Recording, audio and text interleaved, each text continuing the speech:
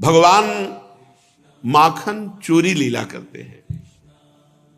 हमें यह समझना होगा कि माखन चोरी लीला भगवान की किनके साथ हो रही है। पहली बात तो इस माखन चोरी पर लीला पर विचार करके सबको ये कि चोरी अभाव में होती है। चोरी तब होती है जब हमारे पास वस्तु का अभाव होता है, हमारी कोई कामना की पूर्ति नहीं होती तो हम फिर दूसरों की वस्तु चोरी करते हैं। पहली बात तो भगवान पूर्ण काम है। दूसरी बात, भगवान की भगवत्ता ना देख करके केवल अवतार लीला को देखे तो 9 नंद हैं, और एक नंद बाबा के यहां जब करोड़ों गैया दान की जा सकती है तो वहां कितनी गैया होंगी, गिनती नहीं है। और सबके पास कई कई लाख गौए हैं, और लाला अकेला। वहां ऐसे कुंड बने हैं जिनमें दही दूध घी ऐसे रखा जाता है, घड़ों में कुछ गायों का मक्खन आदि, कुंड के कुंड है। भला जिसके पास इतना माखन होगा वो माखन चोरी करेगा? चोरी तो अभाव में होती है, दूसरों को दुख देने की भावना से होती है। हमारे भगवान सच्चिदानंद है, पूर्ण काम है, अमना है, वो चोरी क्यों करेंगे? जरा गौर से सुनिए इस प्रसंग को। न भूत संग संस्थानो देवस्य परमात्मनः यो वेत्ति भौतिकम देहम कृष्णस्य परमात्मनः सा सर्वस्माद् बहिष्कार्यः श्रौते स्मार्त विधानतः मुखम तस्यावलोक्यापि सचलै स्नानमाचरेत्। भगवान श्री कृष्ण का श्री अंग सच्चिदानंद है, सच्चिदानंद रूपाय। भगवान का शरीर हमारा जैसा पांच भौतिक नहीं है। भगवान मां के गर्भ से कभी प्रकट नहीं हुए, पहले अपना भगवत रूप दिखाया और फिर बालक रूप बन गए हर अवतार में। भगवान श्री कृष्णचंद्र जी को जो पांच भौतिक शरीर वाला मानता है उसके सारे कर्म नष्ट हो जाते हैं। जो पुण्य है, श्रौत स्मार्त कर्म सब नष्ट हो जाते हैं। वो इतना पवित्र हो जाता है कि मुंह देखने लायक नहीं, सचैल वस्त्र स्नान करना चाहिए जो भगवान को पांच भौतिक शरीर मानता है। चिदानंदमय देह तुम्हारी विगत विकार जान अधिकारी। भूख प्यास लघु शंका सोच ये सब इस शरीर में होती है, पांच भौतिक में, भगवान में नहीं। स्त्री पुरुष के चिन्ह ये सब भगवान में नहीं। चिदानंद में ये सब नहीं है जो पांच भौतिक देह में। इसलिए भगवान का जो वपु है वो पांच भौतिक नहीं, चिदानंद में है। अस्यापि देव वपुषो मदनुग्रहस्य स्वेच्छामयस्य न तु भूतमयस्य कोपि। भगवान सच्चिदानंद रूप स्वेच्छा से प्रकट करते, कर्म बंधन या पांच भौतिक नहीं। भगवान का श्रीअंग अपराकृत है। बहुत ध्यान से भगवान में स्त्री पुरुष चिन्ह नहीं होते। भगवान के श्री विग्रह में मलमूत्र रक्त सप्तम धातु ये सब कुछ नहीं होता। चिदानंद में आत्म स्वरूप भगवान का स्वरूप है। भगवान की ये माखन चोरी लीला बड़ी दिव्य लीला है। भगवान के नित्य परम धाम में अभिन्न रूप से नित्य निवास करने वाली ये नित्य सिद्ध परिकर गोपी रूप में है। कुछ साधना करके आई हुई है गोपी और कुछ नित्य परिकर की गोपी है। कुछ इतनी कठोर तपस्या की, अनन्य भाव से भगवान भक्तवांछा कल्पतरु श्री कृष्ण की आराधना की, और वो आराधना करके जब गोपी बनी, आगे आएगा कौन कौन से ऋषि, जब वो गोपी बनी और किसी बहाने से यशोदा मैया के घर आती है और मैया थोड़ी सी सेवा का अवसर मुझे दो। आज बहुत सेवा की भावना जागृत हुई। मैया सच्ची बताऊं, तो इसी बहाने से, कुछ देर सेवा के बहाने से मैं लाला के रूप को निरख लूंगी। नहीं, आपके लाला के रूप को देखूंगी तो आप कहोगे नजर लग जाएगी, जाओ यहां से। तो थोड़ी देर सेवा करूंगी और बीच बीच में लाला को निरख लूंगी। और जब लाला की वो छुप करके अपने ही घर में माखन ले, तो उनके हृदय में आकांक्षा होती, ऐसा मेरे भी घर में करे। वह गोपी भक्तवांछा कल्प तरु लालजू के लिए भाव में भरकर गायब होती है, दही जमाती है, मक्खन निकालती है। इतना सुंदर मक्खन निकले कि लाला को स्वादिष्ट लगे, और रोज लाला हमारे घर में चुपके से आकर के खाए। और जब वो पा चुके और ये मैं देखकर तृप्त हो जाऊं, तब उसको पकड़ूं, फिर वो जब हमसे कान पकड़कर गलती हो, ये रूप मैं देखना चाहती हूं। भगवान की नित्य सिद्धा चिन्मयी चिदानंदमयी गोपियां हैं। और बहुत सी गोपियां बड़ी तपस्या करके, साधना करके ऋषि मुनि बने हैं आकर के। बहुत सी गोपियां देव कन्याएं हैं, बहुत सी गोपियां श्रुति की ऋचाएं हैं, बहुत सी कन्या जो गोपी हैं वो तपस्वी जन हैं। जिसे वेद नेति नेति कहता है, उस परमात्मा की प्राप्ति के लिए एक उग्र तपा नाम के ऋषि थे। बड़े अग्निहोत्री और दृढ़व्रती थे, बड़ी भारी अद्भुत तपस्या की। पंचाक्षर मंत्र, रसोन्मत्त नव किशोर श्याम सुंदर श्री कृष्ण का ध्यान करते हुए 100 कल्प तक तपस्या की, 100 कल्प तक। तब वो सुनंद गोप की कन्या सुनंदा गोपी के रूप में जन्मे। उग्र तपा 100 कल्प तक पंचदशाक्षर मंत्र रसोन्मत्त श्याम सुंदर का ध्यान करते हुए 100 कल्प के बाद वो सुनंदा नाम की गोपी बने। सत्य तपा नाम के मुनि सूखे पत्ते खाकर दशाक्षर मंत्र का जाप और श्री राधा किशोरी के हाथ को पकड़कर नाचते हुए श्री कृष्ण का ध्यान करते हुए 10 कल्प के बाद सुभद्र नामक गोप की कन्या सुभद्रा गोपी हुए। सत्य तपा नाम के ऋषि। हरिधामा नाम के एक ऋषि थे, वो निराहार रहकर केवल वायु पीकर क्लीम इस काम बीज का मंत्र जाप करते हुए माधवी मंडप के नीचे कोमल पत्तों की सैया में युगल सरकार शयन के ये ध्यान करते हुए 3 कल्प के बाद सारंग नाम के गोप के घर रंगवेणी नाम की गोपी के रूप में जन्मे हरिधामा नाम के ऋषि। जाबाली नाम के एक ब्रह्म ज्ञानी ऋषि थे।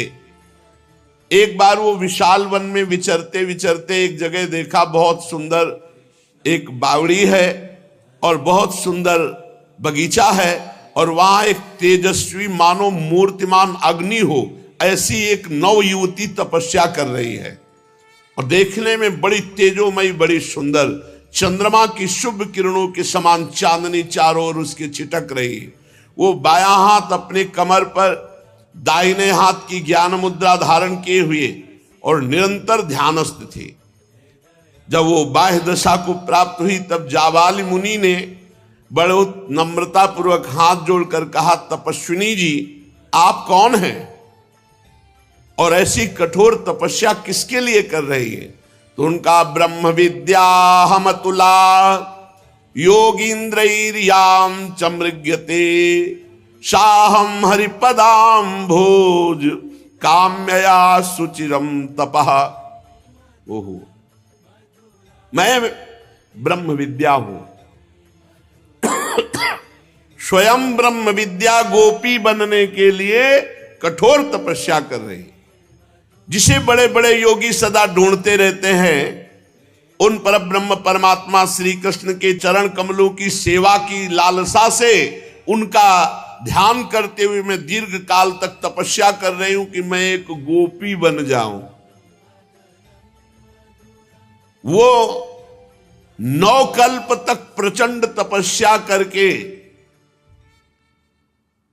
चित्रगंधा नाम की गोपी के रूप में ब्रह्म विद्या प्रकट हुई।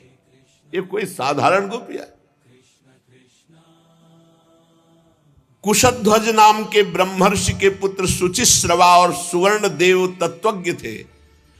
खोपड़ी के बल खड़े होकर शीर्षासन ह्रीं हंस मंत्र का जाप करते हुए करोड़ कंदर्प तुल्य भगवान की 10 वर्ष की अवस्था का श्री कृष्ण का ध्यान करते हुए घोर तपस्या की। तब कई कल्पों के बाद ब्रज में सुधीर नामक गोप के घर वो गोपी के रूप में प्रकट हुए। इस प्रकार बहुत से तपस्वी मुनि गोपियों के रूप में प्रकट हुए। भगवान के लिए इतनी तपस्या करके, इतनी लगन के साथ कल्पों तक साधना करके जिन त्यागी भगवत प्रेमियों ने गोपियों का तन मन प्राप्त किया, उन गोपियों के हृदय में अभिलाषा है कि भगवान हमारे घर में छुपे छुपे आवे और माखन खावे। तो क्या भगवान ऐसे तपस्वियों की इच्छा नहीं पूर्ण करते? ये यथा माम प्रपद्यन्ते तास तथैव भजाम्य हम। जैसे भगवान को भजा जाता है, भगवान वैसा ही भाव प्रस्तुत करते हैं। जिन गोपियों के लिए भगवान आगे चलकर कहते हैं न पारे हम निरवध्य संयुजाम सुसाधु कृत्यम विबुधायुषा पिवह या मां भजन दुर्जर गेह श्रृंखला समृष्ट तद वह प्रतियानुसाधुना। भगवान कहते गोपियों, तुमने लोक और परलोक के सारे बंधनों को काट कर केवल मुझसे प्रेम किया। यदि मैं तुमसे प्रत्येक के लिए अलग अलग अनंत काल तक जीवन धारण करके तुम्हारे प्रेम का बदला चुकाना चाहूं तो भी नहीं मैं चुका सकता। मैं तुम्हारा ऋणी हूं और ऋणी ही रहूंगा। तुम मुझे अपने साधु स्वभाव से उऋण कर सकती हो। सर्वलोक महेश्वर जिन महाभागा गोपियों के ऋणी रहना चाहते हैं, क्या भगवान उनकी इच्छा की पूर्ति ना करें? भला विचारिए, श्री कृष्णगत प्राणा, श्री कृष्ण रस भावित मति गोपियों के मन की क्या स्थिति है, कोई जान सकता है? गोपियों का तन मन धन प्राण सब कुछ श्री कृष्ण है। वे श्री कृष्ण के लिए जीती हैं। वे श्री कृष्ण में डूबी हुई श्री कृष्ण के लिए घर का कार्य करती हैं। वो श्री कृष्ण के लिए हैं। उनकी मति योगिंद्र दुर्लभ पवित्र श्री कृष्ण में समा गई है। मुरारी पादार्पित चित्त वृत्ति श्री कृष्ण के लिए ही, श्री कृष्ण को सुख पहुंचाने के लिए ही, श्री कृष्ण की निज सामग्री से श्री कृष्ण की निरंतर पूजा करती रहती है। गोपियों के भाव को समझना। प्रातः काल भाव समाधि में रात के सोने तक उनकी सारी चेष्टा श्री कृष्ण के लिए होती है। यहां तक कि निद्रा में वो श्री कृष्णमय होती है। स्वप्न में श्री कृष्ण के देखती है। सुषुप्ति में श्री कृष्ण में ही शयन करती है। वो जब रात को दही जमाती है तो श्याम सुंदर के ध्यान में डूबी हुई ये अभिलाषा करती कि सुंदर मीठा दही जमे। हे भगवान, हमारा दही इतना मीठा जमे कि जब श्री कृष्ण के लिए मक्खन निकालूं और ऊंचे छीके पे रखूं और वो आए और उपाय करके उस मक्खन को जब पाए और हम ये देखें, सखाओं के साथ जब वो आनंदित हो, बंदरों को लुटाए और आनंद में उन्मत्त होकर आंगन में नाचे और मैं छिपे छिपे देखूं, हे भगवान मेरी आशा कब पूरी होगी। भगवान श्याम सुंदर चोरी नहीं। आप सोचो, जब भक्त भावना करता है उसकी भावना की पूर्ति के लिए जैसी भावना करो, जैसी भावना करोगे वैसे ही। भगवान को कल्पतरु कहा गया है। जैसी भावना करो, ये यथा माम प्रपद्यन्ते। गोपियों ने भावना की। देखा, मैया ने कहा ये सब तू पूरे कमरे में माखन फैला दे। मैयारी मोहि माखन भावे, जो मेवा पकवान कहत तू मोहि नहीं रुचि आवे। मैयारी मोहि माखन भावे। तो ब्रज युवती एक पाछे ठाढ़ी, सुनत श्याम की बात, मन मन कहत कबहू अपने घर देखो माखन खात। तो बैठे जाय मछनिया के ढिग, मैं तब रहो छपानी, सूरदास प्रभु अंतर जामी, ग्वालिन के मन की जानी, ग्वालिन के मन की जानी। प्रभु पहुंच गए, जैसी वो भावना की थी, गए श्याम तिहि ग्वालिन के घर। अब वो फूली फिरती ग्वाल मन मेरी, पूछत सखी परस्पर बातें, पायो पर्यो कछु कहूं तैरी। तो पुलकित रोम रोम गदगद मुख बानी, कहत न आवे, ऐसो कहा आहिसो सकरी, हमको क्यों न सुनावे। जब भगवान गए, उसके मन के अनुसार ऐसे माखन खाया, लुटाया। वो फूली बावरी सखी प्रेम में तो दूसरी पूछती, क्या पाया जो तू इतनी फूली हुई है? कहते कैसे बताओ, सब कुछ मिल गया, नंद नंदन ऐसे ऐसे आए। अब वो कामना करती कि मेरे भी घर आवे ऐसे कभी प्रभु। प्रभु उसके घर भी जाते। तन न्यारा जी एक हमारो, हम तुम एक रूप, सूरदास कहे ग्वाल सखिन, सो देखियो रूप अनूप, अलूप रूप देखा। आहा, कैसा महासुख है ये तो केवल भाव के चिंतन में। वो खुशी से फूली फूली आनंद में समा रही, तो सखियां पूछती गोपियां, अरे तुझे कहीं कुछ बड़ा धन मिल गया क्या, इतनी फूली क्यों है? वो प्रेम विवल होकर रोम रोम उसका खिल रहा है, गदगद कंठ है, मुंह से बोल नहीं निकल रहे, आंखों से आंसू निकल रहे। सखियों ने कहा, सखी ऐसी क्या बात है, हमें सुनाती क्यों नहीं? हमारे तो शरीर ही दो हैं, हम सब तो एक ही है ना, भला हमारे से छिपाने की कौन सी बात है? तो उसके मुंह से केवल इतना निकला, मैंने आज अनूप रूप देखा है। जैसे सिया जी की एक सखी जनकपुर की जो वाटिका में फूल लेने गई पूजा की, तो जब राम जी को देखा तो विकल होके भाग के आई। जानकी जी और सखिया पूछती, क्या देखा तूने? तो कहा, बस देखने योग्य है, एक बार देख लो, देखने योग्य है एक बार। तो ये सखी कहती है कि देखो रूप अनूप, आज जो लीला देखी, आज जो रूप देखा। अब जितनी सहेलियां थी, सबके मन में कामना हुई कि प्रभु मेरे घर आवे। एक एक दिन में 10-10 घर में निमंत्रण है, ये चोरी नहीं है, ये निमंत्रण, प्रभु मेरे घर आवे, ऐसे ही छुप कर आवे, ऐसे ही सखाओं के साथ प्रभु दधी की कीच मचावे। तो ब्रज घर घर प्रगटी यह बात, हर ब्रजवासी के घर में है, हमारे घर प्रभु आए, हमारे घर। क्या हमारे घर आएंगे? पता नहीं आए कि ना आए। वो सोचती होती है और ये सखाओं के साथ पहुंच जाते, वो छुप जाती है। वैसे ही प्रभु सुन, ये चोरी है, ये चोरी है। विचार करके देखो, घर घर ब्रज प्रगटी यह बात, दधि माखन चोरी कर ले हरि, ग्वाल सखा संग खात। ब्रज बनिताए सुनि मन हर्षित, सदन हमारे भी आवे। तुम्हारे यहां आए थे?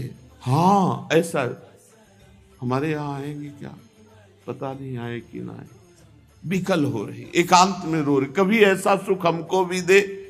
ब्रज बनिता ये सुनि मन हर्षित, सदन हमारे आवे। माखन खात अचानक पावे, भुज भरी उरही छुपावे। मन ही मन अभिलाष करती, सब हृदय धरती ये ध्यान। तो सूरदास प्रभु को घर में ले दे हो माखन खान। प्रभु उसी के घर पहुंच जाते। चली ब्रज घर घरन यह बात, नंद सुत संग सखाली ने चोरी माखन खात। को कहत मेरे भवन भीतर अबहि पैठे धाई, को कहत मोहि देख द्वारे उतहि गए पराई। को कहत की भांति हरि को देखो अपने धाम, हेरी माखन देऊ आछो खाई जितनो श्याम। को कहती मैं देख पाऊं धरि धरो अकवार, को कहती मैं बांध राखों को सके निर्वार। सूर प्रभु के मिलन कारण करत विविध विचार, जोरी कर विधि को मनावती पुरुष नंद कुमार। रात में गोपियां एक कामना करके पूरी रात चिंतन करती, आज जो दही जमाया सुंदर माखन बने, लाला मेरे यहां आवे। प्रातः काल दरवाजा केवल लगा देती, सिटकिनी नहीं लगाती, दरवाजा खोल के सहज में आवे और दरवाजे की दूसरे दरवाजे की आड़ में बैठकर बात, नहीं आएंगे क्या आज नहीं आएंगे हमारे घर में। वो विकल हो जाती। इतने में देखा कि कृष्ण बलराम सखा निहाल हो गई, एकदम छुप गई। कोई कोई गोपी प्रातः काल जल्दी जल्दी दही मत कर माखन निकाल कर ऊंचे छीके पर रखती है और विधाता से कहती है कि मेरे प्राण धन श्याम सुंदर आवे और इस माखन को खावें, कहीं ऐसा ना हो कि वो दूसरे के घर में चले जाएं और मेरा ये जो मनोरथ है ये खाली रह जाए। श्याम सुंदर की प्रतीक्षा में व्याकुल होती, मन ही मन सोचती, हाँ इतना समय हो गया लालन क्यों नहीं आए, इतनी देर क्यों हो गई। मुझे लगता है मेरे इतने भाग्य कहाँ की लालन आकर के हमारे यहाँ माखन पाए। तो आज रात्रि से मैं जो मनोरथ कर रही हूं, जो प्रभु के लिए मैं तड़प रही हूं, क्या प्रभु नहीं आएंगे। हो ना हो यशोदा मैया ने रोक दिया हो।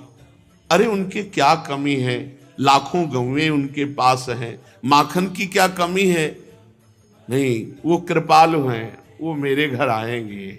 आहा, इसी विचार में वो आंसू बहाती है। इतने क्षण में देखती है कि दरवाजा खुलता है, दरवाजा खुलता है और समस्त सखाओं के साथ प्रभु श्री कृष्ण उसके घर पधारते हैं और उसकी सारी अभिलाषा को पूर्ण करते हैं। प्रथम करी हरि माखन चोरी, ग्वालिन मन इच्छा करि पूरन आप भजे ब्रज खोरी। मन में यह विचार करत हरि, ब्रज में घर घर सब जाऊं, गोकुल जन्म लियो सुख कारण सबका माखन खाऊं। सबके घर भोग लगाओ, ये भोग लग रहा है भावना के अनुसार। बाल रूप जसुमति मोहि जाने, गोपिन मिल सुख भोग। सूरदास प्रभु कहत प्रेम सो ये मेरे ब्रज लोग। अपने निज जन ब्रजवासियों को सुखी करने के लिए भगवान प्रत्येक ब्रजवासी के घर में जाते हैं और अपनी बाल सुलभ लीला के द्वारा उनको सुख पहुंचाते हैं। नंद बाबा सभी ब्रजवासी लालजू के इस खेल से परम सुखी होते। गोपियों की लालसा पूर्ण करने के लिए भगवान घर घर जाते हैं, ना कि चोरी करने के लिए। ये माखन चोरी कही जाती है, पर यह अत्यंत प्रेम लीला, सच्ची अत्यंत प्रेम लीला है। प्रभु के घर में माखन की थोड़ी कमी है। प्रभु को कोई प्रेमी भोग लगाए भगवान पावे ना, ऐसी बात ऐसा हो नहीं सकता। सच्ची आपसे कहते हैं, भाव में भर करके आप भोग पवाइए और आपको अनुभव होगा। मानस पटल पर भोग इधर लगा रहे हो, मानस पटल पर वो पाते हुए मुस्कुराते हुए आपको दिखाई देंगे। पर ये तभी होगा जब पहले अन्य भोग छूटे ना, तब तुम्हारा भोग का भाव बने। अभी तो वासनाओं के खेल में ही मन लगा हुआ है। भगवान की इस दिव्य लीला माखन चोरी का रहस्य न जानने के कारण कुछ लोग कहने लगते हैं, अरे भगवान ने चोरी की तो फिर हमको। भगवान बस यही बात समझनी, चोरी उसे कहते हैं जो दूसरे की चीज हो। सृष्टि में कौन सी ऐसी वस्तु है जो भगवान ने अपनी माया से नहीं बनाई। भगवान चोरी क्यों करेंगे। एक संकल्प में भ्रकुटी विलास सृष्टि लय हुई, यह कैसी बात। नंद के लाला के पास कौन सी कमी है, 9 भाई हैं और भावे के पास सोचो जो करोड़ों गौएं दान कर सकता है उसके घर में कितना माखन होगा। भगवान श्री कृष्ण अपने ही घर में माखन का पहाड़ है, समझो कितना खाएंगे। लेकिन गोपियों की भावनाओं की पूर्ति करने के लिए भगवान जैसी वो भावना करते हैं वैसे प्रभु लीला करते हैं। इसलिए ये जो माखन चोरी लीला है ये प्रेम लीला है। भगवान की विशुद्ध प्रेम भावना में भरकर गोपी लोग भोग लगाती हैं। भगवान वैसे सखाओं के साथ जाते हैं, वैसी लीला करते हैं। शेष चर्चा आगे। श्री राधा वल्लभ लाल की।